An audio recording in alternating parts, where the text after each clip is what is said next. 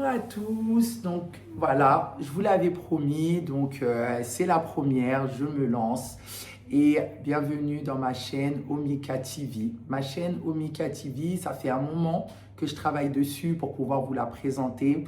Donc pour ceux et celles qui me connaissent déjà, donc c'est très simple, moi c'est Mika. Vous m'avez rencontré via les réseaux parce que j'étais tout simplement une jeune femme qui partageait un peu ma vision de la vie, qui partageait ses épreuves, son parcours. Et il m'est arrivé quelque chose. On va tout de suite rentrer dans le vif du sujet. C'est qu'il m'est arrivé un cancer en avril 2025. Donc j'ai été diagnostiquée d'un cancer du sein. Cette épreuve, quand elle arrive dans ma vie, aujourd'hui, avec le recul, je pourrais vous dire que j'étais prête à l'affronter, mais je pense qu'il faut commencer étape par étape et il faut prendre les choses dans le bon sens. Donc, quand j'apprends qu'en avril 2025, je suis diagnostiquée d'un cancer du sein, je perds mes repères d'abord. Je me dis, mais qu'est-ce qui se passe? Alors, attends, j'ai 36 ans, je suis maman, j'ai que des filles et je me dis, j'ai un cancer. Ok. Mon cancer, c'est le triple négatif. Donc apparemment, c'est un cancer qui arrive aux femmes qui ont moins de 40 ans et qui sont d'origine africaine. Je vais d'abord vous parler pourquoi aujourd'hui j'ai décidé de partager avec vous mon histoire. Et après, au fur et à mesure des vidéos, je rentrerai dans les détails. Aujourd'hui, je fais le choix de partager mon histoire. Déjà, c'est pour dédramatiser la maladie. On n'est pas le cancer. On a le cancer. On est éprouvé par la maladie. Mais en aucun cas, ça nous définit. En aucun cas, ça nous représente. Ça n'a pas été facile de traverser cette épreuve, mais j'en ai tiré une belle leçon. La leçon que j'en ai tirée, c'est que chaque épreuve nous donne une raison de recommencer. Chaque épreuve nous donne l'opportunité de devenir la femme qu'on a envie d'être. Pendant très longtemps, vous m'avez entendu dans mes vidéos, j'ai souvent prêché la résilience de la femme. J'ai souvent prêché l'épanouissement de la femme, le bien-être de la femme. Et je pense que dans mon cancer, j'ai quand même su relever ce défi. Donc déjà pour ça, je suis fière. On va commencer étape par étape. On va reprendre les choses et je vais d'abord me présenter. Donc enchantée, moi c'est Mika. J'ai 37 ans. Je suis maman de 3 magnifiques filles. Je vis actuellement pas en France. Et j'ai pour habitude de faire énormément de débats sur les lives et de parler un peu de tout, de partager un peu mes expériences de la vie, de mes expériences, l'environnement qui m'entoure. Et aujourd'hui, j'ai tout simplement choisi de lancer ma chaîne. C'était pas facile hein, parce que même si on est sur les réseaux, là, il fallait que je fasse quelque chose de plus formel, ce qui ne correspond pas à ma personnalité pour ceux qui me connaissent. Quand je dis de plus formel, c'est qu'on a tendance à me connaître vraiment la fille très punchy, la fille vraiment qui sort totalement du cadre, qui ne se prend pas la tête. Ouais, c'est totalement moi. Et aujourd'hui, je vais partager avec vous mon expérience. Cette chaîne-là, elle est pour les femmes qui souhaitent recommencer. Bon, le message que je veux vous faire passer, c'est que rien n'a de fin réelle. Tout sert pour repartir sur quelque chose. Je ne vais pas du tout vous prêcher qu'il faut être des femmes fortes. Et je suis bien placée pour vous parler de la force. Mais cette force-là, je vais la définir autrement. Je vais la définir avec de l'amour. Je vais la définir avec le bien-être. Je vais la définir avec de la bienveillance. Je vais la définir avec énormément d'amour, de positivité, parce que je pense que c'est ce qui m'a guéri, c'est ce qui me définit aujourd'hui. Alors oui, pendant des années, peut-être j'ai été forte et ça m'a aidé d'être un soldat, comme je dis souvent. Ça m'a aidé pour énormément de choses. Mais aujourd'hui, ce que j'ai envie de partager avec vous, c'est à quel point l'estime de soi m'a sauvé, l'amour de moi-même m'a sauvé et l'amour des miens. Je vous ai dit, on parle souvent des gens qui ne nous aiment pas. On parle souvent des gens qui nous blessent, mais on ne parle pas assez des gens qui nous donnent de l'amour.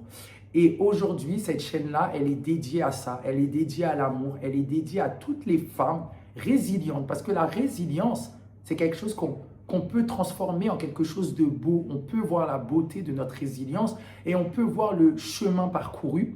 Et aujourd'hui, j'encourage toutes les femmes, mais vraiment toutes les femmes de tous les horizons, à chercher en elles cette résilience. Et plus cette force de soldat, et plus forcément cette ténacité à bout de force, à bout d'épreuve. Moi, je sais de quoi je parle. J'ai parfois, au tout début de ma maladie, je me suis dit, j'ai tellement peut-être tiré sur la corde que j'en suis tombée malade. Maintenant, étant croyante, j'ai accepté mon épreuve parce que je me dis que quand on accepte son épreuve, on la vit. Mais quand on la refuse, on va la subir. Donc moi, j'ai accepté mon épreuve et je l'ai vécue. Donc j'ai fait en sorte de me battre. J'ai fait en sorte de croire en ma guérison. J'ai fait en sorte d'être entouré de personnes qui pouvaient me donner que de l'amour. Vraiment. Avant ma maladie, je pense que j'avais été très, très éprouvée par les coups de la vie. Je pense que y a des choses qui m'ont énormément touchée, que peut-être aujourd'hui, là, comme ça, je ne pourrais pas tout de suite parler. Mais je sais qu'avec le temps, je sais qu'au fur et à mesure des épisodes, je serai plus en mesure de vous parler de ce que j'ai traversé, du pourquoi, du comment. Il faut savoir une chose, je déteste les storytelling très mélancoliques, je déteste les storytelling très pleurniches. Je pense que l'émotion, elle peut se traduire à travers beaucoup de positivité, beaucoup d'amour et beaucoup de résilience. Et c'est ce que je choisis aujourd'hui. Donc vous êtes mes championnes, je suis ma championne, je suis une championne. Et dans ce premier épisode de Omika TV, je vais vous parler de l'annonce de ma maladie, de mon diagnostic. Donc nous sommes le 15 avril 2025. Ça fait déjà plus de 3 mois que je bataille entre les médecins, les radios, les avis, et on m'explique que non, c'est pas un cancer. D'autres me disent c'est un kyste. On me fait des biopsies et les biopsies, elles vont dire que oui, effectivement, c'est pas un cancer, mais il y a quelque chose de bizarre. Je me souviendrai plus forcément du terme qui a été utilisé par le médecin, enfin par la biopsie. Et du coup, je vais passer en fait de médecin en médecin pour pouvoir savoir ce que j'ai. Donc, qu'est-ce qui se passe? Moi, c'est qu'un matin, je me réveille, j'ai une petite boule au niveau de mon sein gauche. Et, mais vraiment toute petite. Vraiment une toute petite boule. Et la boule, elle est toute molle et je sens qu'elle bouge. Donc, je me dis, voilà, ça doit être une boule de chair, un kyste. Donc, je prends rendez-vous avec ma gynécologue. À cette époque-là, j'habitais encore à Paris. Donc, je prends rendez-vous avec ma gynécologue et tout, et je vais la voir et je lui dis, voilà, j'ai une boule au niveau du sein et tout. Elle me dit, voilà, je vais vous envoyer faire une radio. Et elle me donne une ordonnance, elle me dit, voilà, vous allez consulter, mais elle, ça lui paraît être un kyste, il n'y a rien d'alarmant. Faut savoir que j'étais en plein déménagement. Donc, je me suis dit, ok, je vais faire mon déménagement et arrivé là où je vais, je vais faire mes examens. Parce que voilà, je suis dans mon déménagement, parce que je suis dans une période de ma vie où mon énergie, elle est déjà assez basse et j'ai pas envie forcément de me surpasser encore pour aller chez les médecins, etc., etc. Et de là, j'en discute avec ma mère, donc ma maman d'amour, que vous savez que je parle tout le temps d'elle, celle qui m'a énormément conseillé, bien qu'elle n'ait pas été facile avec moi, bien qu'elle a été dure quand même. Et du coup, là, je dis à ma mère, écoute, voilà, j'ai une boule et tout, vous connaissez les mamans, hein. Ah non, ma fille, il faut aller voir le médecin, dépêche-toi, il faut aller voir le médecin, il faut aller voir le médecin. De là, je lui dis, ok, je vais y aller et tout. Les mois passent, je déménage, j'arrive dans mon nouvel environnement, je m'installe et tout. Et je décide, donc là, j'arrive au mois de août et au mois de septembre, voilà, au mois de septembre, je fais la rentrée des enfants. Moi, pour moi, le mois de septembre, étant mère, le mois de septembre, je trouve que c'est un mois qui est assez anxiogène. De nature, je suis une personne qui a eu à faire beaucoup de crises d'angoisse et qui a un environnement qui peut vite, qui a un champ d'émotions qui peut vite devenir de l'angoisse. Donc, c'est un mois qui me demande énormément d'énergie. Donc, je m'occupe de la rentrée et puis je prends un rendez-vous pour voir un radiologue. Et là, j'arrive, je tombe sur un monsieur hyper froid. Mais hyper froid, le mec, hyper froid. il me fait un examen, je lui dis oui, mais voilà, qu'est-ce que c'est? Il me dit ça fait combien de temps que vous avez ce machin et tout. Puis là, je lui dis bah écoutez, ça fait tant de temps. Je lui dis mais pourquoi? Est-ce que c'est grave? Ah ben que la biopsie confirme et tout, mais hyper froid. Donc du coup, ils font les examens, voilà, ils me donnent un rendez-vous pour faire une biopsie. Du coup, quand je reviens pour faire la biopsie, je ne tombe pas sur lui. Et là, je dis à la dame, vous savez, moi, je suis quelqu'un énormément dans les énergies. Et là, je dis à la dame, excusez-moi, madame, c'est le même médecin que j'ai eu avant et tout qui va venir. Elle me dit, pourquoi? Mais je lui dis, bah, je sais pas, parce que je l'ai trouvé hyper froid et franchement, je suis reparti d'ici en pleurant. Et c'est vrai, je suis reparti en pleurant. Là, vous avez, pour ceux qui me connaissent, vous avez totalement une autre Mika. Là, vous avez la Mika avec sa vulnérabilité et ça en toute transparence, d'accord? Et elle me dit non. Et puis là, un autre médecin arrive hyper gai. Il me dit ouais, franchement, vous n'êtes pas la première et tout, mais il ne faut pas faire attention. Et de là, ben, je fais ma biopsie. Puis les semaines passent et puis je reçois le résultat à la maison. Et puis non, on me dit que c'est bénin. Ben, de là, non, on me dit que c'est bénin. Ok, bon, ben, c'est bénin. On me dit, voilà, c'est bénin, on vous donne un autre rendez-vous de contrôle, on va vous faire une ponction, parce que la boule, elle n'avait pas grossi, mais c'est comme si il y avait du liquide un petit peu. Et de là, on me dit, on va vous faire une ponction et on va faire une échographie de contrôle dans 3 mois. Alors moi, étant une nana hyper enjoy et tout, je me dis, ben super, au mois de décembre, je pars en Côte d'Ivoire, j'ai besoin de voir ma grand-mère, j'ai besoin d'aller me recueillir sur la tombe de mon papy, j'ai besoin de me retrouver en famille, parce que voilà, j'ai besoin de les prendre dans mes bras, j'ai besoin de l'amour de ma mamie, et voilà, je vais aller en Côte d'Ivoire.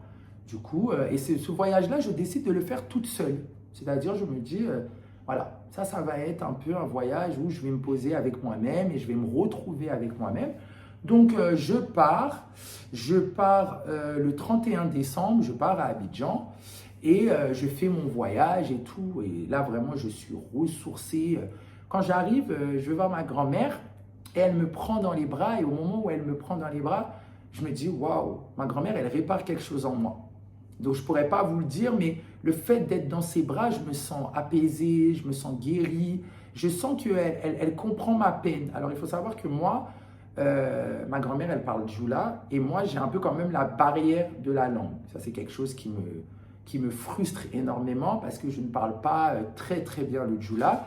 Et du coup, ben, j'ai un peu la barrière de la langue, mais on se comprend par les gestes, par les mots, voilà, par l'amour que j'ai pour elle et tout. Et de là, je lui dis, bah écoute, je lui dis, voilà, mamie, prie toujours pour moi, voilà, je t'aime, t'es ma copine. Vous savez, les grands-mères, on les embête et tout. Donc du coup, je l'embête, je rigole avec elle et tout ça. Et à chaque fois, je vais la voir et à chaque fois que je vais la voir, je suis ressourcée. Donc moi, mes parents, enfin ma grand-mère, parce que ma mère, elle habite à Angré, mais ma grand-mère habite à Adjamé. Et en fait, je fais mes vacances, c'est-à-dire que je suis à Anglais, donc voilà, je vais au Noumotel, au Sofitel, je suis voilà, sur rue des Jardins, à Paul, etc. Mais là où je me sens vraiment le cœur connecté, c'est à chaque fois que j'arrive à Adjamé. Donc à chaque fois que j'arrive dans la cour commune de mon grand-père, je suis vraiment en osmose, je suis en amour et tout. Et un jour et tout, je suis en gré chez moi, un matin, je me lève, je prends une douche et je sens une lourdeur, mais vraiment un poids dans mon sein. C'est-à-dire, je prends ma douche, et vous savez, au bled, voilà, on a les douches, voilà, tout est carrelé. Et là, quand je soulève le seau pour mettre sur moi, je sens vraiment une lourdeur dans mon sein. Là, je me dis, oula, il y a une lourdeur dans mon sein. Puis je me dis, bon, ben, je sais pas, le sein, il est bizarre. C'est comme s'il y a quelque chose qui se balade à l'intérieur. Donc du coup, je finis mes vacances et mon rendez-vous de février arrive pour la radio de contrôle qu'on m'avait prescrit. J'arrive, je fais cette radio et là, je vois que le visage du médecin change. Donc il me dit, il est debout, moi je suis allongé, et puis je le regarde et il me dit, et puis c'était un monsieur qui était très gai, qui était très solaire. Et là, il me dit, ah, il y a 2 trucs, Madame Kaba. Il y a ce que vous aviez avant et il y a un autre truc. Mais vous inquiétez pas, on va faire des examens, je vais vous orienter et on va traiter ça. Je peux dire qu'à ce moment-là, je me dis, il y a un truc qui ne va pas. Mais je ne me dis pas que j'ai un cancer, mais je me dis, bon, c'est sérieux ce problème. Du coup, je sors de là et j'appelle ma mère et je fonds en larmes parce que je dis à ma mère, mais en fait, maman, il y a un truc qui ne va pas. Et là, ma mère, hyper positive, la nana, elle me dit, non, non, mais pas du tout, qu'est-ce que tu racontes? C'est ta bouche qui va t'attraper, arrête, il faut que tu arrêtes avec ça et tout, c'est rien, c'est un kyste, ma fille et tout. Je dis, ouais, on verra. Et de là va s'enchaîner une multitude de rendez-vous. On va me dire que non, c'est pas un cancer. Et il faut savoir que je vais aller voir des spécialistes. Je ne vais pas aller voir le médecin, non, je vais aller voir des spécialistes. Et on va me dire, non, c'est pas un cancer. On va me dire, écoutez, c'est un kyste, allez voir telle personne qui fait la chirurgie, ma mère et tout. Et quand j'arrive, elle me dit justement, moi je fais des chirurgies, donc je ne vais pas pouvoir vous opérer. Et du coup, qu'est-ce qui se passe? C'est que elle me dit, je vais vous orienter. Donc elle me donne un numéro d'un gynécologue et je sors, je l'appelle. Alors là, à ce moment-là, je suis vraiment dans une dynamique, je suis vraiment dans un truc de ne pas laisser les jours passer. Ça veut dire, on me dit ça, je vais là-bas, on me fait ci, je vais là-bas. Et de là, ben, je pars voir, je prends un rendez-vous avec ce spécialiste. Et quand j'arrive dans son bureau, alors le mec, il a un bureau de malade. Le bureau, il fait 90 mètres carrés. Il n'y a que son bureau à l'intérieur. Il est géant. Et là, je rentre et il me regarde. Et moi, tout de suite, quand il me regarde, je le regarde et je me braque un peu. Je lui dis, mais pourquoi il me regarde comme ça, lui? Et il me regarde. Et donc, du coup, je lui explique. Je lui dis, voilà, je viens vous voir parce que j'ai un kyste. Et moi, je suis persuadé dans ma tête, j'ai un kyste. Hein. Ouais, voilà, parce que j'ai un kyste et tout. Nana, j'ai vu plein de médecins. Et de là, il me dit, ok, ben, je vais vous examiner, quels ont été les examens qui vous ont été faits et tout. Et je lui explique, je lui dis, ben, on m'a fait une biopsie. La biopsie, elle a confirmé qu'il n'y avait pas il y avait pas de choses malignes et tout ça et tout. Et il me dit, ah ouais et tout. Mais il est très serein. Il ne parle pas, il dit rien de spécial. Et on rentre ben, dans la cabine et il m'examine. Et il me dit, ok, d'accord. Je vais vous faire une ponction parce que du coup, en fait, maintenant, j'avais une forme d'eau qui grandissait dans le sein et mon sein, il devenait de plus en plus gros. Donc, il me dit, ok, d'accord, je vais vous faire une ponction. Donc, il me fait la ponction, il vide mon sein et il me dit, écoutez, vous revenez dans une semaine et dans une semaine, je vous opère. Je dis, ok. Et je pars. Et quand je pars, quelques heures après, mon sein se regonfle encore.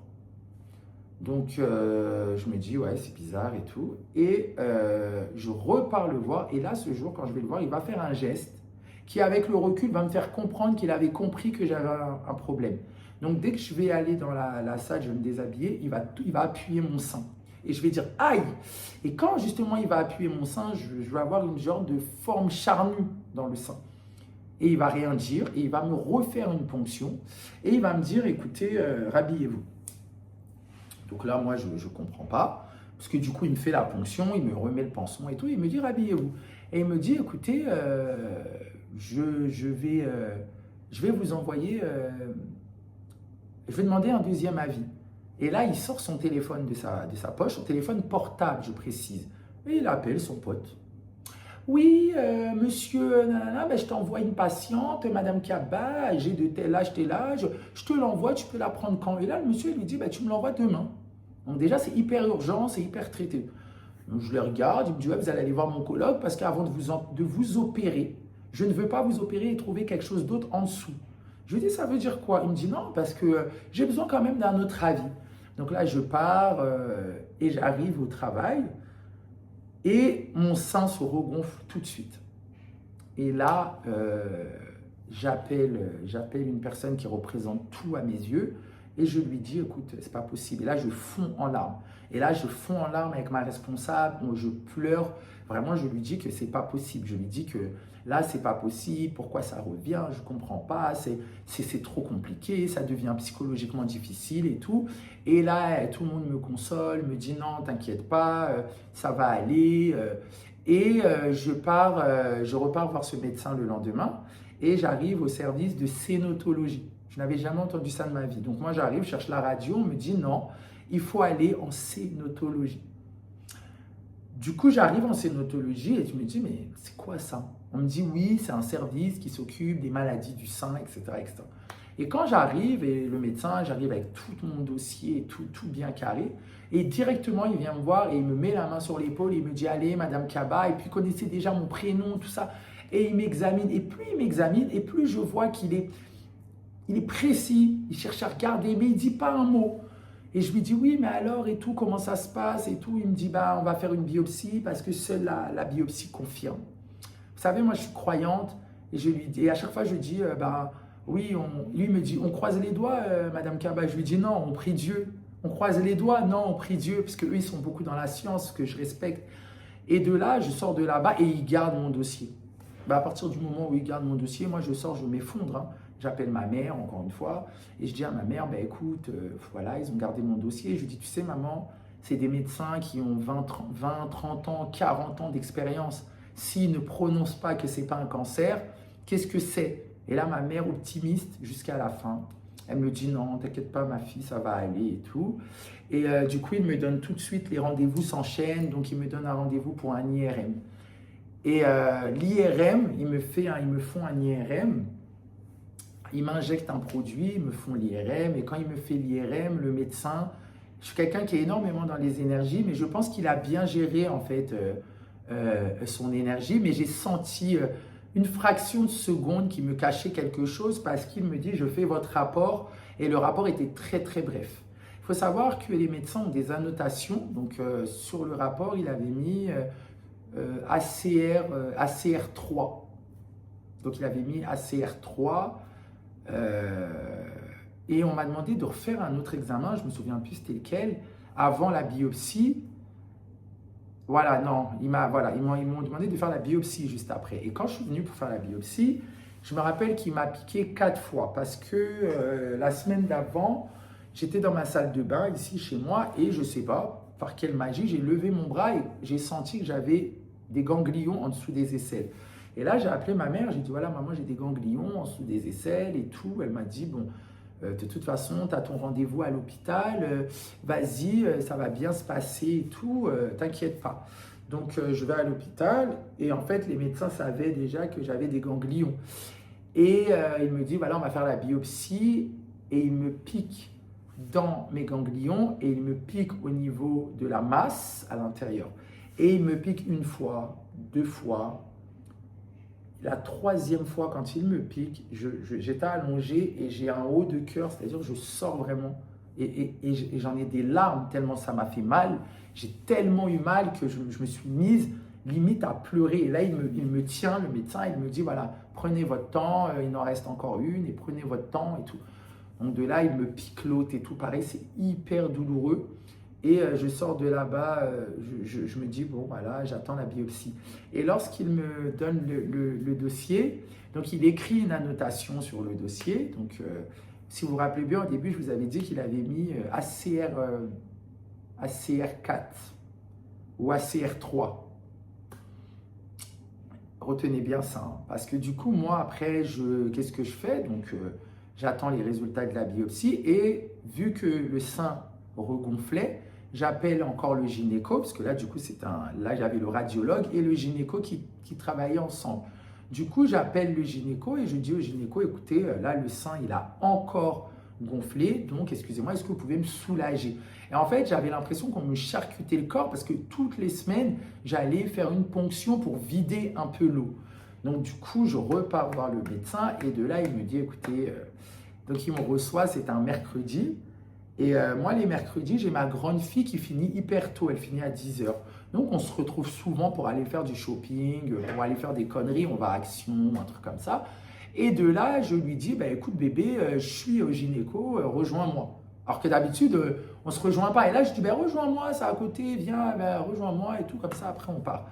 Donc, le temps qu'elle arrive, moi, je suis rentré dans le bureau du gynécologue. Et de là, il me dit, écoutez, vous avez vu mon collègue? Et puis je lui dis, bah oui, j'ai vu votre collègue. Il me dit, qu'est-ce qu'il vous a dit? Je lui dis, bah écoutez, il m'a rien dit. Il m'a dit qu'on fait une biopsie. Et je lui dis au médecin, pourquoi? Et là, le médecin me dit, parce que ça sent pas bon, Madame Kaba. Et je lui dis, ah ouais, et tout. Il me dit, ben, on croise les doigts. Et moi, je lui dis, non, on prie Dieu. Et il me dit, oui, oui, oui, nous, on croise les doigts parce que seule la science confirme, on attend les résultats de la biopsie. Si jamais les résultats de la biopsie seront confirmés, vous allez voir un oncologue et là, ce sera traité par chimiothérapie. Et moi, quand il me dit ça, dans ma tête, je commence à pleurer. Mais vraiment, je pleure. Je pleure. Et je lui dis, voilà, ça va être quoi la chimiothérapie? Il me dit, on n'en est pas encore là. L'oncologue vous expliquera. Il faut savoir que dans ma vie, j'ai jamais entendu le mot oncologue. Je ne savais pas qu'un cancer se faisait même traiter par des oncologues. Et il me dit, vous savez, on va rentrer dans le week-end. Il y avait un jour férié. Il me dit, donc on va anticiper. Je vais vous donner un rendez-vous pour aller faire un TEP scan. Et ce TEP scan-là, en fonction on va anticiper en fonction des résultats de la biopsie. Si le TEP scan si la biopsie est négative, eh ben, on annule le TEP scan et voilà, je vous opère, on n'en parle plus. Ça, c'était la phrase d'espoir. Et quand il me dit ça, moi, je sors et du coup, je vais voir avec la secrétaire pour qu'elle me donne ce fameux rendez-vous. Et là, ma fille est là et moi, je pleure. Et la secrétaire me donne un mouchoir et tout. Et il n'y a pas de mots qui s'échangent, mais par cœur et par bienveillance, on se comprend. Et de là, quand je sors, je pleure et ma fille me dit, écoute maman, qu'est-ce qui se passe? Je lui dis, bah, tu sais, voilà, le problème de maman, il a l'air beaucoup plus grave et maman, ça va pas trop. De là, elle me prend dans les bras, elle me dit, t'inquiète pas, maman, ça ira, ça ira.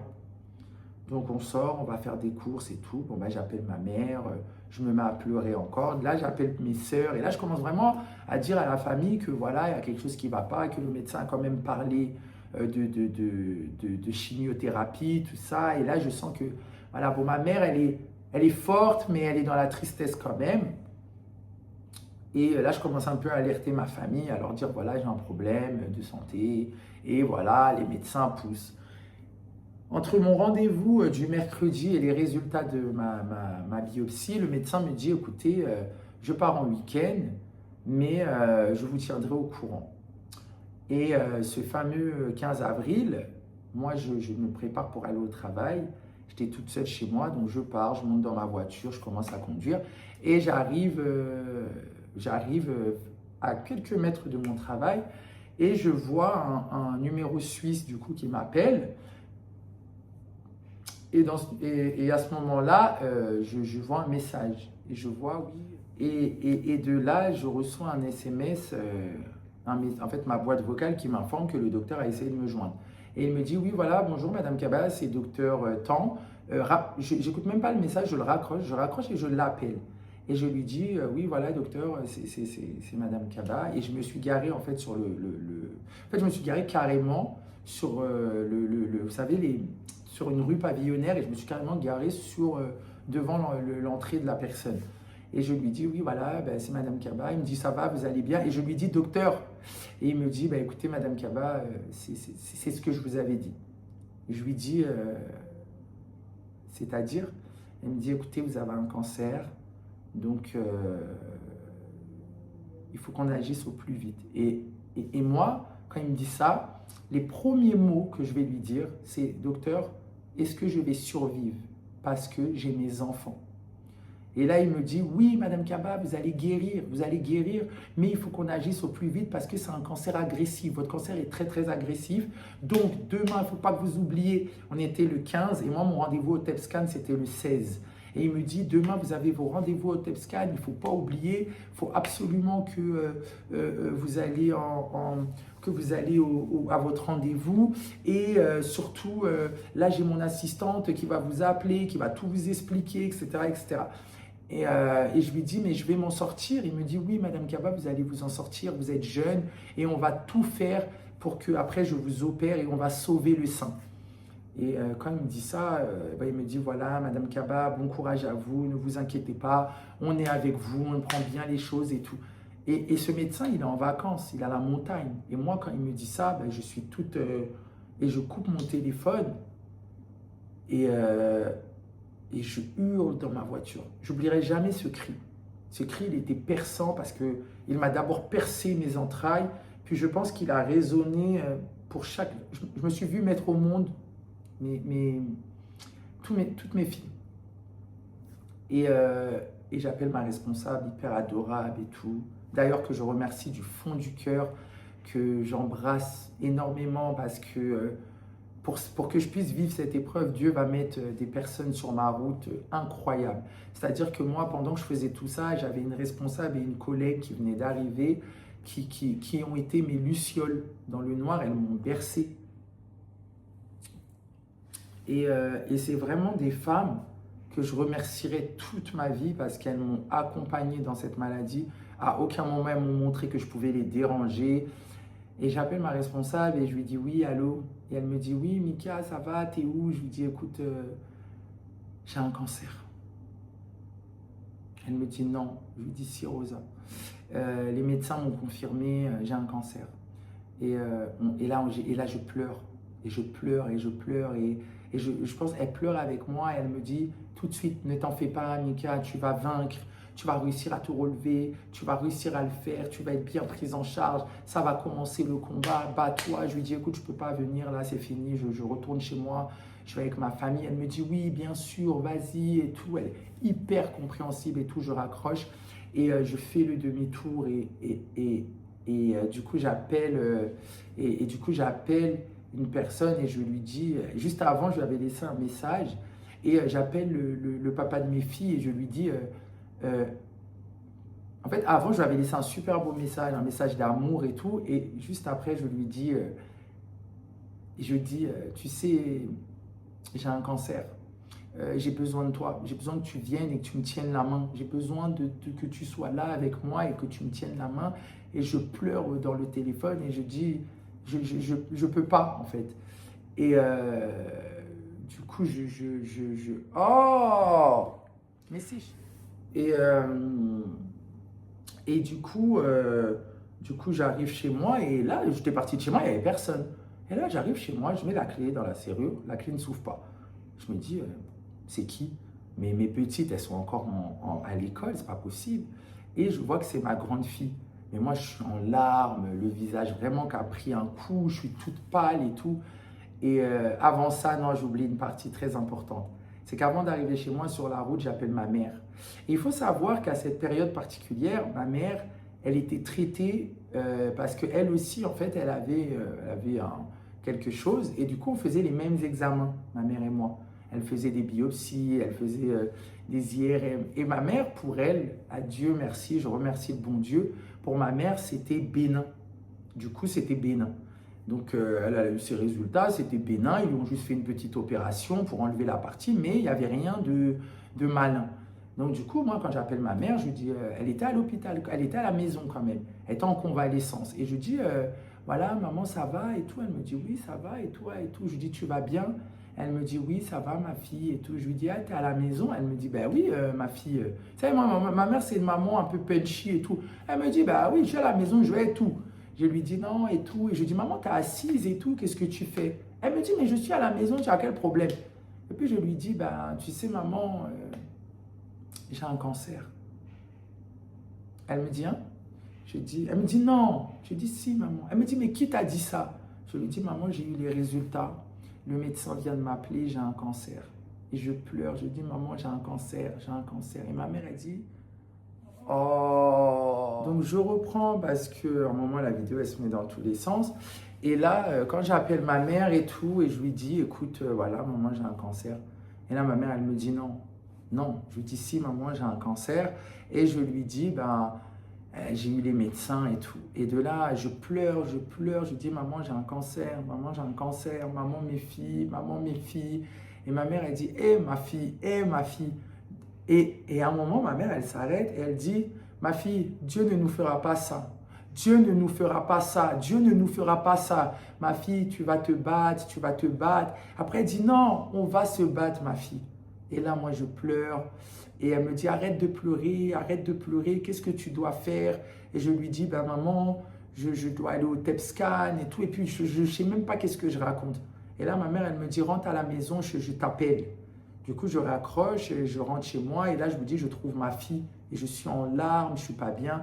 Et là, j'ai plus de force. Je n'ai pas de force pour dire à ma fille que je suis forte. Et là, j'ai plus la force en fait. En fait, là, j'ai plus la force de prouver à ma fille que je suis une maman forte, que je ne dois pas pleurer devant elle. Et là, je m'effondre et ma fille, elle comprend, elle me prend dans les bras. Et je lui dis, tu sais, maman, elle a un cancer. Elle me dit, mais maman, ils vont te guérir. Elle me dit ces mots-là, elle me prend dans les bras. Et là, je suis effondré sur le canapé. Même mon chat, il vient sur moi. Tout le monde me prend dans les bras, tout le monde me console. Là, il doit être 11h midi, je viens de l'apprendre. Et les heures qui vont suivre vont être les heures les plus cruciales de ma vie. Et je pense que vont être les heures qui vont me permettre de me sauver. C'est-à-dire que j'appelle ma sœur, je le dis à ma sœur. Et puis ma sœur, elle est très sereine. Très sereine. Elle me dit, voilà, de toute façon, tu vas être soigné, ne t'en fais pas, on priera pour toi. Mais je sens quelque chose dans sa voix, mais voilà, c'est déjà trop tard, je suis déjà malade. Et ensuite, il y a une de mes meilleures amies aussi qui m'appelle. Elle me dit, pourquoi tu as une voix comme ça? Et je lui dis, parce que ça y est, ma copine, j'ai un cancer. Je lui dis, attends, je te rappelle. Et quand je la rappelle, elle pleure. Et puis après vient une personne vraiment... Moi, j'évite de citer les noms des personnes parce que je pense que c'est plus juste, hein, et qu'il va me tenir un discours qui va me sauver. Je répète, ce discours va me sauver. C'est-à-dire que lorsque je l'appelais, il ne répondait pas. Et lorsqu'il me rappelle, je ne maîtrise tellement pas mon émotion que je hurle au téléphone. Et je lui dis, j'ai un cancer, j'ai un cancer, j'ai un cancer. Et je lui dis, allez, j'ai un cancer, ya Rab. Et je crie, je hurle. Et il a 5 minutes pour me parler. Et dans les 5 minutes, les mots qu'il va me dire, les paroles qu'il va me dire, elles vont changer ma manière d'accepter cette maladie. Parce que les mots sont tellement forts, mais dans un laps de temps tellement maîtrisé. En fait, ça a tellement été bien géré que je m'apaise petit à petit. Et je retrouve après le papa de mes filles qui vient me voir, qui me prend dans les bras, qui me console, qui me donne tellement d'amour. Et qui me donne tellement d'amour que je pleure, je suis heureuse, je pleure, je suis heureuse. Et après, je rencontre ma meilleure amie, c'est pareil. Et voilà, je lui dis, écoute, j'ai un cancer. Et là, c'est une partie qui est très bizarre. C'est une partie qui est assez dure pour moi parce que là, j'informe à toutes les personnes que j'aime que j'ai un cancer. Et au début, on est dans les pleurs. On est énormément dans les pleurs, énormément dans la tristesse, dans la détresse. Puis on essaye de se trouver des solutions, on se conseille du mieux qu'on peut. Mais je vais dire que les premiers jours, c'est le trou noir pour moi. Je suis là, mais je ne suis pas là. Pourquoi? Parce que j'ai un cancer. Et parce que à chaque fois que je dors, je me réveille en me disant j'ai un cancer. Et là, il va se passer quelque chose dans ma vie où je ne sais pas vraiment, je ne sais pas trop. Je ne sais pas trop. Je ne sais pas comment définir cette période-là. C'est un peu la tristesse. Entre-temps, c'est l'incompréhension. Là, je ne veux pas dire que je suis encore dans la phase d'acceptation. Et les semaines passent et je vois l'oncologue et je tombe sur une oncologue qui est géniale. Moi, je tiens déjà à souligner que j'ai eu un parcours de soins très, très, très, très, très positif. Et j'ai eu un parcours de soins qui m'a énormément aidé. Parce que j'ai été avec des gens que je ne connaissais pas, mais que je savais qu'ils allaient me guérir. J'avais complètement confiance en eux. Et ça, c'est quelque chose qu'il faut retenir. C'est qu'il faut avoir confiance à votre parcours de soins. Et moi, le moindre truc qui me mettait mal, je le disais. Je disais tout. Si je me sentais frustrée, si j'avais l'impression qu'on m'avait mal fait quelque chose, je le disais. Je n'étais pas une chiante. Je ne pleurais pas parce qu'ils avaient des minutes de retard. Vous savez, quand vous avez un cancer, le temps s'arrête. Et je vois l'oncologue et l'oncologue, elle me prépare mon plan. Donc elle me dit, voilà, vous allez faire ça. Vous allez faire de la chimiothérapie, ensuite vous allez faire de l'immunothérapie et vous allez avoir des piqûres pour la... Elle m'explique tout sur une feuille, plein de couleurs et tout. Et je la regarde et je lui dis, mais est-ce que je vais guérir? Elle me dit, oui, vous allez guérir. Vous allez vous en sortir parce que vous êtes jeune. Et après, je lui dis, vous savez, elle me dit, oui, je sais, parce que vous avez des enfants. Et ça, c'était ma phrase. Et du coup, il n'y avait que ma grande qui le savait et je ne le dis pas à mes deux petites. Et je décide de partir à Paris parce que ma première chimio va commencer le 9 mai, si je me souviens bien. Donc du 15 avril, et on me dit, voilà, on a le temps, le 9 mai, vous faites votre première chimio. Et je pars à Paris, je pars me retrouver auprès de ma famille. Mais quand j'arrive à Paris, je reste qu'avec ma mère et je pleure beaucoup. C'est-à-dire, j'ai mal au sein. Et ma mère, elle me dit, oui, mais prends des Doliprane et je ne veux pas prendre des Doliprane. Et là, je suis vraiment dans une phase, en fait, très difficile pour moi parce que j'ai cette maladie-là et je n'avais pas envie de l'avoir et je ne suis pas bien, mais en même temps, je suis croyante et je veux accepter mon épreuve. Et je pleure beaucoup. Je pleure beaucoup, beaucoup, beaucoup, beaucoup. Je suis énormément peinée. J'ai beaucoup de tristesse en moi. Et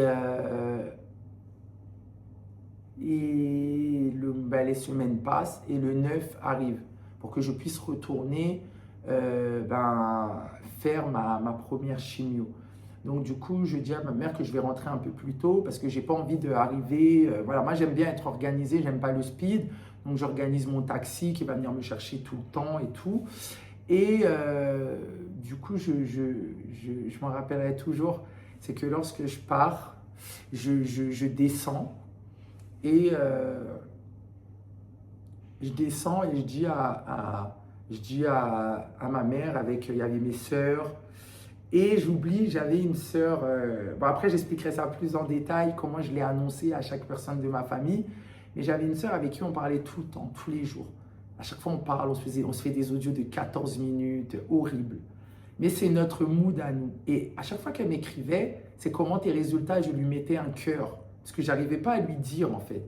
Et du coup, elle comprend, elle m'appelle, elle me dit à quoi ma soeur. Et là, je lui dis, bah écoute, j'ai un cancer et tout. Bon. Et j'arrive à Paris, elle vient me voir et elle me ramène des livres. Et elle me ramène des livres avec, voilà, au bout du tunnel, avec la patience, tu y arriveras. Elle me ramène des livres de religion, de force, que vraiment, je n'oublierai jamais avec un mot à l'intérieur. Et on est toutes là et je me dis, on ne peut pas pleurer. Je me dis, on ne peut pas parce que je vais prendre la route, je vais retourner chez moi et on ne peut pas pleurer. Et du coup, je prends ma mère dans les bras, je prends mes soeurs dans les bras, je prends mon neveu et je sens une émotion. Mais une émotion, mais une émotion tellement forte en fait qu'elle nous transperce les unes les autres. Et ma mère me dit, je te confie à Dieu. Dieu ne nous fera pas ça. Dieu ne nous fera pas ça. Et ma mère, elle va répéter cette phrase tout le long de la maladie. Dieu ne nous fera pas ça. Et du coup, je rentre, je prépare tout. Et ce que je fais, alors ça, c'est vraiment quelque chose que je dis là, mais que je vais développer dans les prochaines vidéos, c'est que du coup, je me retrouve à m'acheter un sac. Je m'achète un Longchamp, 48 heures, que je fais graver à mes initiales parce que je me dis, je prendrai toujours ce sac pour aller en chimio. Et je mettrai toutes mes affaires dedans et je partirai. Et du coup, à partir de là, je me rends compte que je vais préparer mon cerveau à accepter l'épreuve. Et puis du coup, j'ai hâte. Le 5, j'ai hâte. Le 6, j'ai hâte. Le 7, j'ai hâte. J'ai hâte qu'on soit le 9 parce que j'ai hâte de rentrer. J'ai hâte de faire ma première chimio. Il faut que ça commence. Et là, ce qui se passe, c'est que le 9 arrive. Je vais pour ma première chimio et j'arrive en hôpital de jour et voilà, moi je ne m'attendais pas à ça, hein. Donc du coup c'est un hôpital, vous venez, vous êtes là toute la journée, on vous injecte votre produit, parce qu'avant ça on m'avait fait une chambre implantable et du coup quand j'arrive, je fonds en larmes en fait, parce qu'en fait je me dis, je pars toute seule déjà, parce que je me dis voilà, je vais y aller toute seule, je vais faire un processus et quand j'arrive, je fonds en larmes, c'est-à-dire que je me pose et les dames sont... Et franchement, je tombe sur un monsieur hyper bienveillant. Je sens énormément d'amour, mais c'est trop tard. Je réalise que c'est vrai, c'est la vérité. Je réalise qu'en fait, oui, tu as vraiment un cancer et il n'y aura pas de miracle cette fois-ci. Et là, je fonds en larmes. Et je pleure et j'appelle ma petite sœur et je lui dis, voilà, je suis là, c'est ma première chimio. Et elle me dit, Madrid. Et Madrid, en fait, faut savoir que cette sœur-là, en fait, j'en parlerai dans d'autres vidéos, elle travaillait dans le corps médical. Donc, à chaque fois, je lui envoyais mes examens. Et elle avait forcément vu dans mes examens que j'avais un cancer. Mais je pense qu'elle aussi, elle a fait un déni où elle s'est dit non, c'est pas possible. Parce qu'en fait, si vous voulez, qu'est-ce qui va me faire savoir que j'ai un cancer? C'est la notation ACR5. Donc, ACR5, il y a très peu de chances que ce ne soit pas en fait un cancer. Et la biopsie va venir confirmer qu'effectivement c'est un cancer. Donc le radiologue savait depuis mon IRM que c'était un cancer. Et le ACR5 se confirme donc. Et ma sœur qui est dans le corps médical, elle me dit, tu sais Madrid, Et Madrid, ça devient notre petit mot. Parce que moi, au tout début de la maladie, je refuse de dire chimiothérapie, je refuse de dire cancer, et j'appelle ma chimiothérapie la balle. Elle me dit, ça y est, t'es à la balle? Je dis oui. Et elle me dit, Madrid. Elle me dit, j'aime pas ta DA, Madrid.